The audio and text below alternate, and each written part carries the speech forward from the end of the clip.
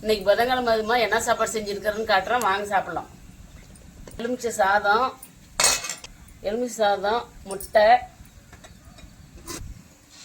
White rice, beetroot பொரியல்,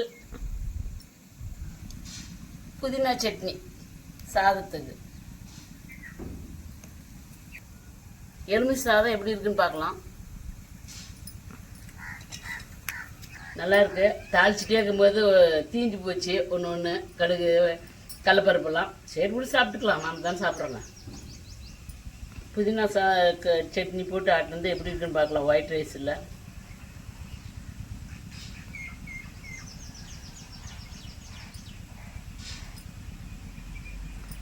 புதினா சட்னி செம்ம டேஸ்ட்டாக இருக்குது, சூப்பராக இருக்குது. கார சட்னி நல்லா இருக்குது. பீட்ரூட் பொரியல்,